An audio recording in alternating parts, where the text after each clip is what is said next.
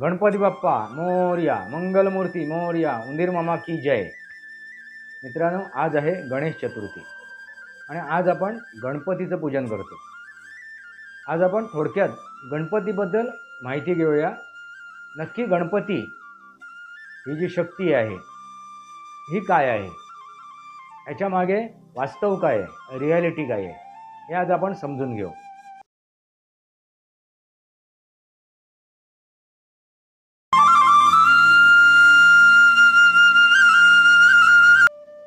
नमस्कार मित्रांनो, सनातनी वास्तव या माझ्या शृंखलेमध्ये पुन्हा एकदा आपलं स्वागत.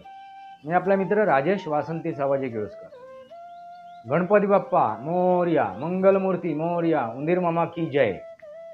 मित्रांनो, आज आहे गणेश चतुर्थी आणि आज आपण गणपतीचं पूजन करतो.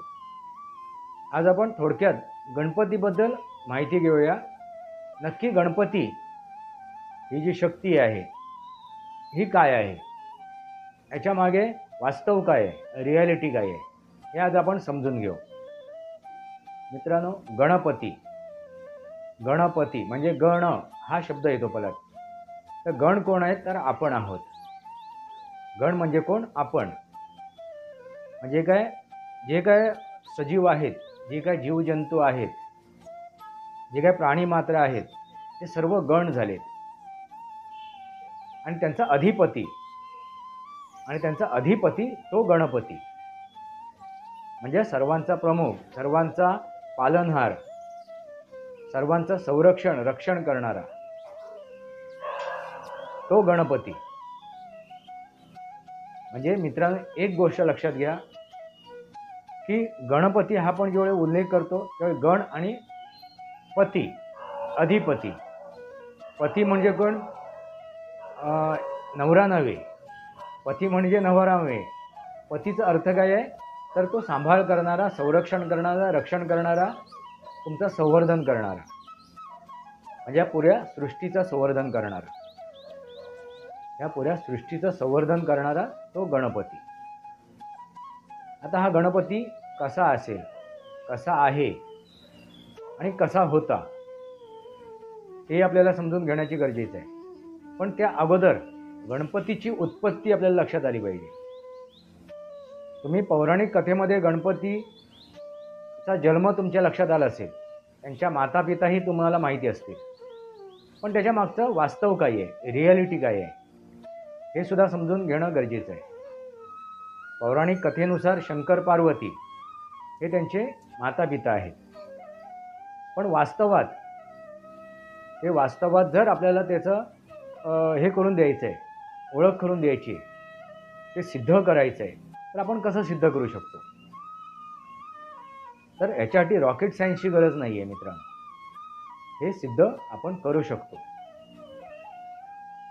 त्यांचे आई वडील हे शंकर आणि पार्वती आहेत, महादेव आणि पार्वती आहेत. आता महादेव कोण, पहिला आपण त्यांच्या पित्याकडे जाऊया, मग त्यांच्या मातेकडे जाऊया आणि मग गणपतीकडे येऊया.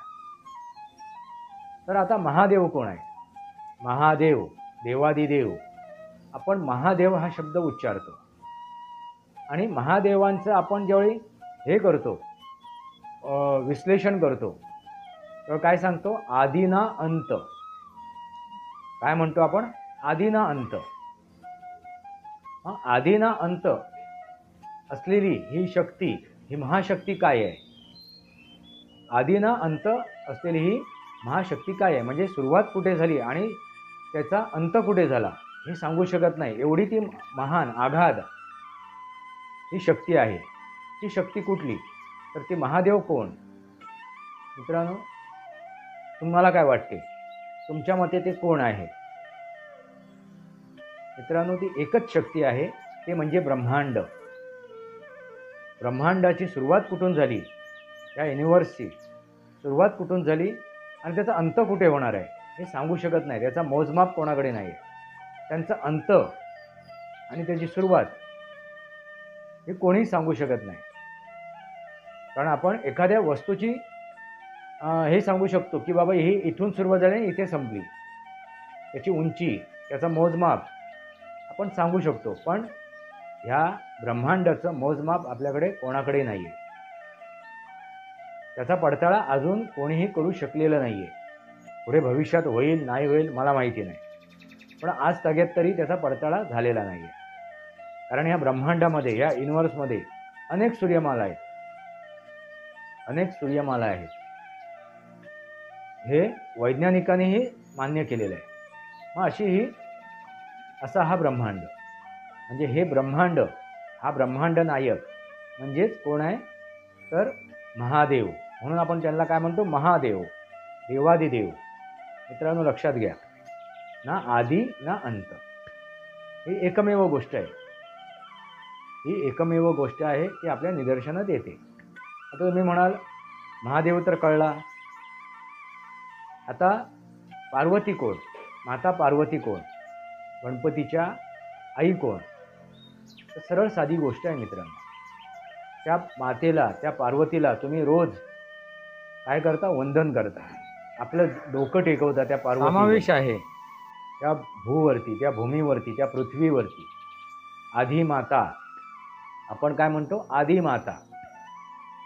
हा आपण त्या महाशक्तीचा, त्या मातेचा उल्लेख करताना शब्द वापरतो आधी माता. आता आधी माता ही एकमेव आहे. तिने या सृष्टीला, या निसर्गाला, या सृष्टीतील प्रत्येक जीवाला तिने जन्माला घातलेलं आहे.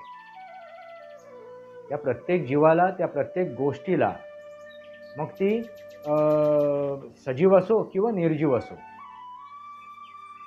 सजीव असो किंवा निर्जीव असो, अशा प्रत्येक गोष्टीला या आदिमातेने जन्माला घातलेलं आहे.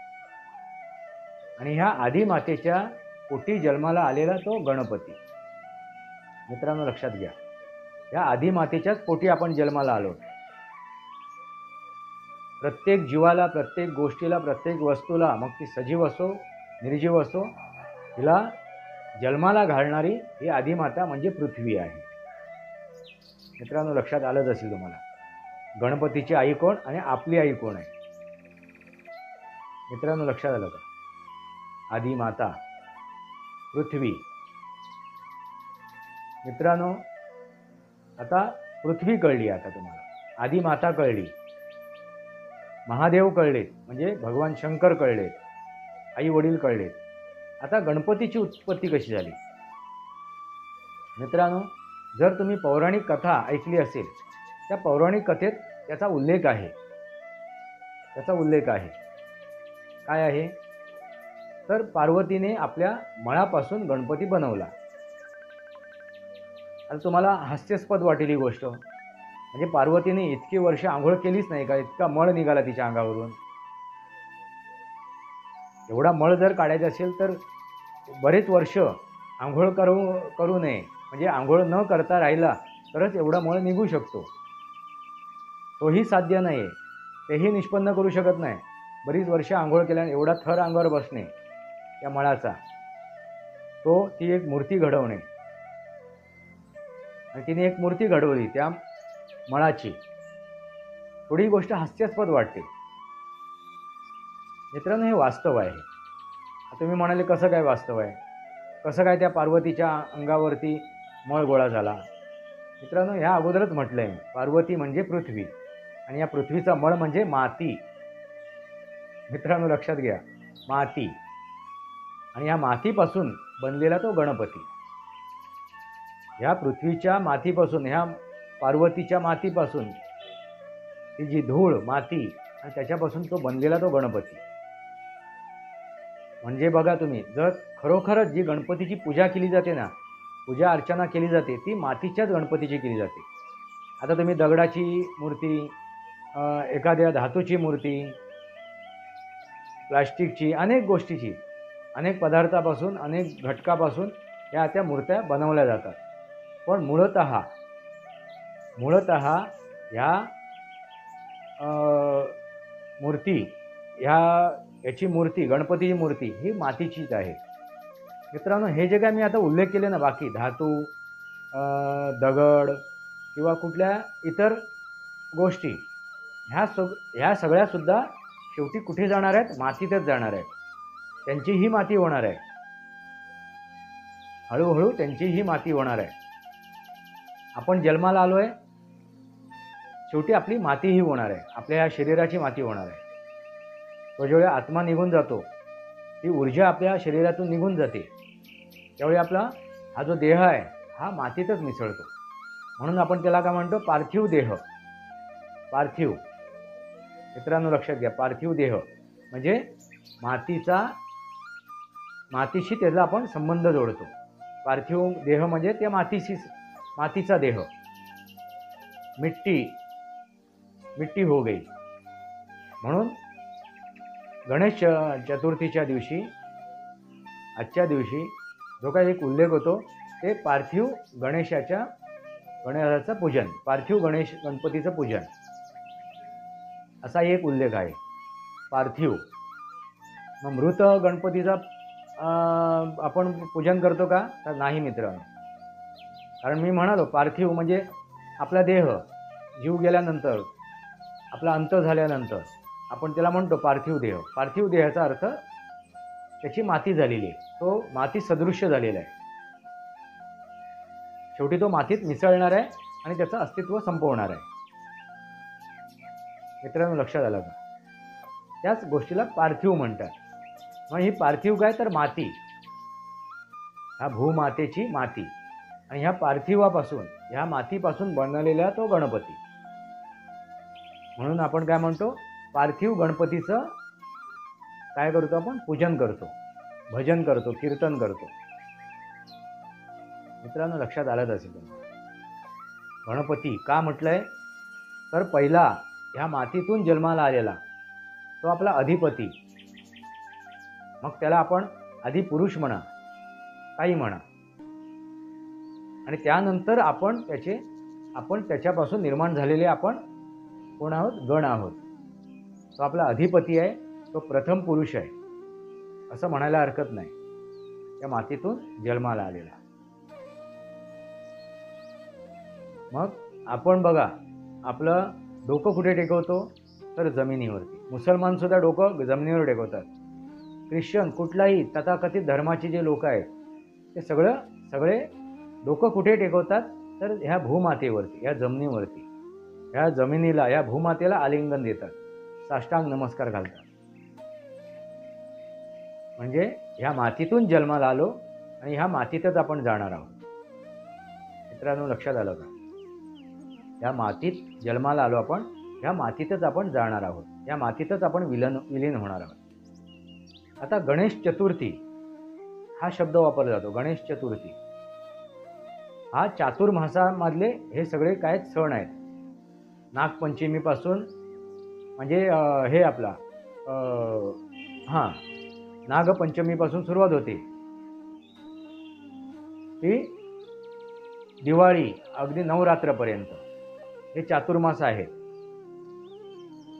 या चातुर्मास, 4 मास, हे 4ही मास हे भूमीशी संलग्न आहेत, जमिनीशी संलग्न आहेत, या पृथ्वीशी संलग्न आहेत. मित्रांनो लक्षात घ्या, शेती हा आपला प्रमुख व्यवसाय. मनुष्य प्राण्याचा हा प्रमुख व्यवसाय शेती आहे. उत्पादन काढण्याचा हा प्रमुख हे काय आहे, उत्पादन जे काढलं जाते अन्नधान्याचं, हे माध्यम एकच आहे, ते म्हणजे शेती. शेतीतूनच आपण उत्पादन काढतो आणि आपलं जीवितार्थ पूर्ण करतो. मित्रांनो लक्षात आलं का?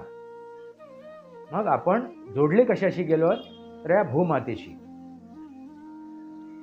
आणि हाच तो चातुर्मास आहे. ह्या चातुर्मासामध्येच आपण ह्या भूमातेशी, ह्या जमिनीशी, या पृथ्वीशी आपण काय आहोत, एकरूप झालेलो आहे, संलग्न झालेलो आहे, जोडले गेलेलो आहे.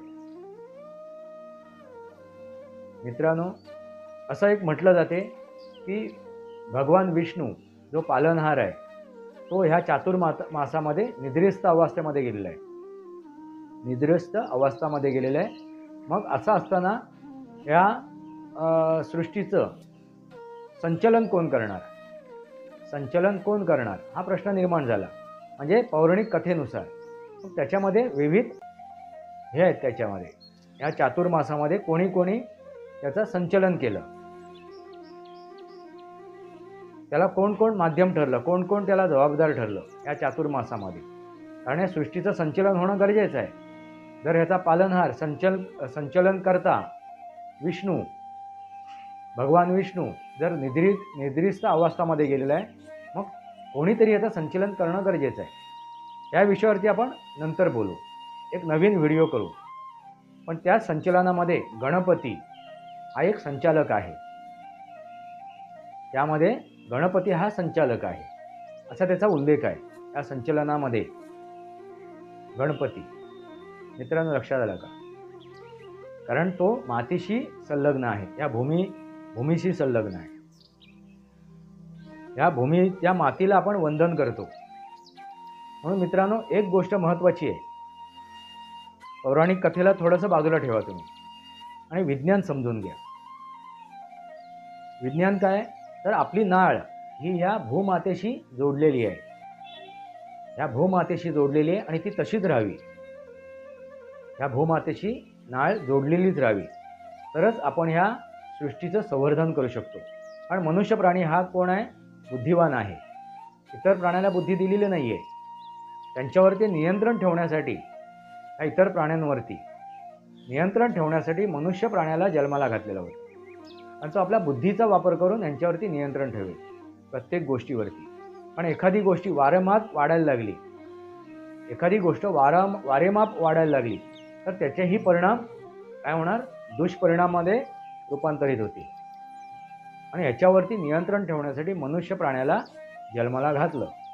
पण उलटं झालं मित्रांनो, ह्या कलियुगामध्ये उलटं व्हायला लागलं आहे. उलट मनुष्य प्राणी, बुद्धिवान प्राणी काय करतोय? ह्या सृष्टीचा ऱ्हास करतोय, ह्या सृष्टीचं समतोल तोडतोय. आपल्या स्वार्थासाठी, आपल्या मतलबासाठी या षडविकाराने ग्रस्त होय.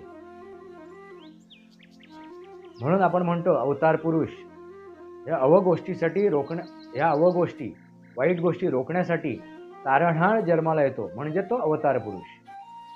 आणि मग त्या अवतार पुरुषांना यावं लागते आणि हे परत काय करायला लागते? हे जे सृष्टीचं चक्र आहे ते पूर्वपदावरती आणावं लागते.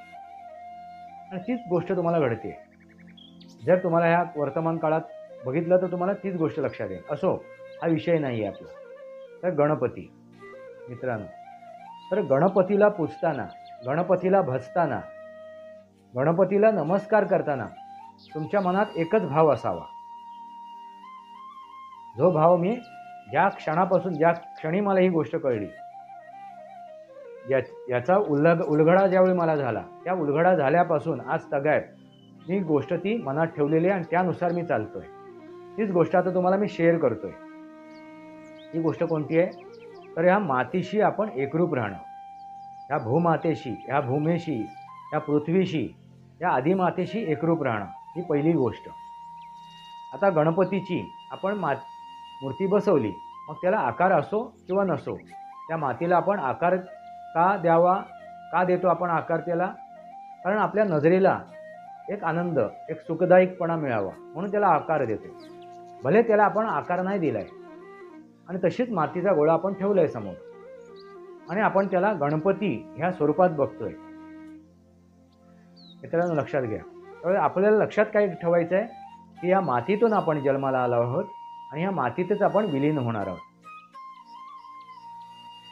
इस मिट्टी से हम लोग जल में हुए, जन्म इस मिट्टी से हुआ है और इस मिट्टी में हम लोग जाने वाले. आखिर में हमारा अंत वहीं पे है. हमारा जन्म भी वहाँ पे है और अंत भी वहीं पे है. म्हणजे आपल्याला काय म्हणजे आपल्याला नम्र होणं गरजेचं आहे. ह्या षडविकारापासून दूर राहणं गरजेचं आहे. शेवटी काय घेऊन आलो? काही नाही. आणि जे काय घेऊन आलोय शरीर, त्याची सुद्धा माती होणार आहे. म्हणजे जे आले ह्या सृष्टीतून निर्माण झालं ते परत सृष्टीला मिळणार आहे. मग तो माज कशाला, तो अहंकार कशाला, ते षडविकार कशाला? मित्रांनो हे लक्षात घ्या. ज्यावेळी तुम्हाला ही गोष्ट लक्षात येईल आणि त्या प्रकारे तुम्ही ह्या गणपतीची आराधना कराल, पूजन कराल की मी तुझ्यातून जन्माला आलोय आणि मी तुझ्यातच विलीन होणार आहे. जे ब्रह्मांडी तेच पिंडी आणि जे पिंडी तेच ब्रह्मांडी. ह्या ब्रह्मांडातून आपण जन्माला आलो आहे त्या पंचमहाभूताने आपण बनलेलो आहोत. जन्माला आल्यानंतर काही काळ आपण जीवन व्यापन केलंय, जगलोय, जिवंत राहिलोय आणि परत आपण मृत पावणार आहोत. तर या ब्रह्मांडातच आपण मृत पावणार आहोत. म्हणून काय म्हणतो, जे ब्रह्मांडी तेच पिंडी. ही पंचमहाभूत अग्नी, वायू, जल, आकाश, पृथ्वी. मित्रांनो लक्षात घ्या, पृथ्वीने आपलं शरीर, पृथ्वी तत्वाने आपलं हे शरीर बनलेलं आहे आणि हे शरीर आपलं याच पृथ्वी तत्वामध्ये विलीन होणार आहे. गणपती. आता ज्या बाकीच्या गोष्टी आपण षडोपचार करतो, गणपतीची पूजन करताना जे षडोपचार करतो, म्हणजे जी फुलं वाहतो, दुर्वा वाहतो, ज्या काय गोष्टींचा आपण वापर करतो, त्याच्या मागचा उद्देश काय मित्रांनो, तर निसर्गामधील ह्या ज्या गोष्टी आहेत, ह्या ज्या काय वनस्पती आहेत, ज्या आपण वापरतो, म्हणजे उदाहरणार्थ मी दुर्वाचा घेतो. दुर्वा याची गोष्ट काय आहे, ह्याच्यामध्ये पौराणिक कथेमध्ये तर गणपतीने भरपूर त्यांनी काय केलं, अन्न ग्रहण केलं आणि त्याच्या पोटात शूळ उत्पन्न झाला, पोटशूळ उत्पन्न झाला, आग डोम उसळला आणि त्याबरोबर त्यांनी त्या भस्मासुराला काय केलं, भस्मासुराला नाही, कोण तो नाव विसरलो मी, त्या असुराला त्यांनी गिळलं आणि त्याच्या पोटात आग डोम उसळला आणि त्याला शम्य करण्यासाठी शेवटी गणपतीला दुर्वा खाव्या लागल्या किंवा दुर्वा चढवाव्या लागल्या. दुर्वा मस्तकावर ठेवल्यानंतर त्यांचा ती अग्नी दाह कमी झाला, अशी ती काही गोष्ट आहे. आता ती मला पूर्णपणे आठवत नाही आहे, तो आठवली तर मी पुढच्या भागामध्ये त्याचा उल्लेख करेन. मित्रांनो लक्षात आला का. तर अशा प्रकारे आहे ते पौराणिक कथेमध्ये. पण मूळतः काय आहे मित्रांनो, ह्या काळामध्ये आपली मनुष्य प्राण्याची पचन अवस्था, पचन संस्था ही काय झाली असते, कमजोर झाली असते. आणि त्यावेळी या सणासुदीच्या निमित्ताने आपण जे काय फळफळावर खाणार आहोत, जे काय फराळ खाणार आहोत, जे काय आहार विहार करणार आहोत, त्याच्यामुळे आपली काय होईल, पाचन संस्था आणखीन बिघडेल. मग ती बिघडल्यानंतर तिला दुरुस्त करणं गरजेचं आहे. मग जर ती पाचन संस्था आपली बिघडली आहे, अवस्था बिघडली, मग ती दूर करणं गरजेचं आहे. मग त्याच्यासाठी उपाय काय आहे, तर ते दुर्वा. मित्रांनो लक्षात आलं का. त्या दुर्वा ग्रहण करणं. म्हणून गणेश चतुर्थीपासून तुम्ही एक गोष्ट लक्षात ठेवा, ह्या काळामध्ये जर तुम्ही दुर्वांचं ग्रहण केलं तर जो पोटशूळ उठतो, अग्निदाह होतो पोटात, अपचन होते, ह्या सगळ्या व्याध्या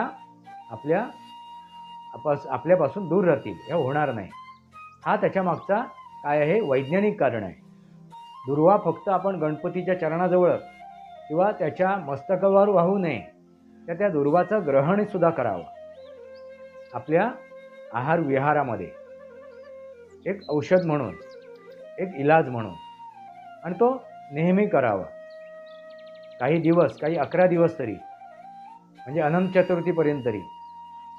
कारण ह्या काळामध्ये आपण जे काय पदार्थ बनवणार आहे प्रसाद दाखवण्यासाठी, प्रसाद तर परमेश्वर खात नाही आहे, त्याला आपण दाखवतो, त्या ब्रह्मांडाला दाखवतो, पण ती त्याच्यात खातो म्हणजे काय होते, तो ग्रहण करतो. म्हणजे कशा प्रकारे ग्रहण करतो, आपण ज्यावेळी नैवेद्य दाखवतो, ते नैवेद्य परमेश्वर कसा ग्रहण करत असेल, तर त्या ऊर्जारूपी ती ऊर्जा त्याच्यात सम्मिलित होते. ते पंचमहाभूत त्याच्यात काय होतात, सक्रिय होतात आणि तेच नैवेद्य आपण प्रसाद म्हणून ग्रहण करतो आणि त्याचा आपल्याला लाभ मिळतो. मित्रांनो लक्षात घ्या, तेच नैवेद्य आपण दाखवलेलं आपण प्रसाद म्हणून ग्रहण करतो आणि त्या पंचमहाभूतांनी ते हे झालेलं, उद्दीपित झालेलं, त्याच्यामध्ये जी ऊर्जा हे झाली आहे, मिसळली आहे, सम्मिलित झाली आहे, अशा ऊर्जेनी जे आपण नैवेद्य दाखवलेलं आहे ते नैवेद्य आपण ग्रहण करतो प्रसाद म्हणून. त्यामुळे आपल्याला एक वेगळी आगळी ऊर्जा आपल्याला प्राप्त होते. नैवेद्य दाखवण्याच्या मागचा उद्देश तो आहे. मित्रांनो लक्षात आलं का. जे का आपण षोडोपचार करतो, कोकणामध्ये ती गोष्ट तुम्ही बघितलं असाल की गणपतीच्या वरती एक हे बांधली माठी बांधलेली असते, एक चौकट बांधली असते, त्याच्यावरती विविध प्रकारच्या गोष्टीचा वापर केला जातो. मित्रांनो, मी पुढच्या भागामध्ये याचा उल्लेख करेन, कारण व्हिडिओ हा विस्तीर्ण होत जाईल. पण तुमच्या लक्षात आलंच असेल. थोडक्यात काय आहे, गणपती अधिपती, त्याचा वास्तव काय आहे, रिॲलिटी काय आहे. आता बाकीच्या आपण त्याचं स्वरूप जे बघतो, त्या स्वरूपामध्ये आपल्याला मार्गदर्शन आहे. ते गणपतीच्या हत्तीचं मुख आहे, ते वक्र सोंड आहे, कान हत्तीचे आहेत, वगैरे वगैरे. जे काय आपण त्याचं वर्णन आहे, त्या वर्णनामध्ये आपल्याला काय आहे, बोधन केलेलं आहे. ते समजून घेणं गरजेचं आहे. तुम्हाला याचं वास्तव कळलं असेल. गणपती हे वास्तवात काय आहे, तर माती, ह्या मातीपासून बनलेला तो अधिपती, आणि ह्या मातीतूनच आपण जन्माला आलो आहोत, ह्या मातीतूनच आपण विलीन होणार आहोत, हे वास्तव आहे. म्हणून त्याच्याकडे बघताना तुम्ही नम्र व्हायचं आहे. त्याची आराधना करताना, पूजन करताना तुम्ही नम्र व्हायचे. आणि एकच गोष्ट लक्षात ठेवायची आहे, ती म्हणजे या मातीतून आपण जन्माला आलो आणि या मातीतच आपण विलीन होणार आहोत. आपला अंत या मातीतच होणार आहे. म्हणून आपल्याला षडविकारापासून दूर राहणं गरजेचं आहे. मित्रांनो, तुमच्या लक्षात आलंच असेल. सनातनी वास्तव या माझ्या शृंखलेला सबस्क्राईब करा, बेल आयकॉन दाबा. माझे विचार पडसे लाईक करा, आपले विचार कमेंट बॉक्समध्ये लिहा. तुर्तास इतकंच. भारत माता की जय. वंदे मातरम. जय भारत, जय महाराष्ट्र.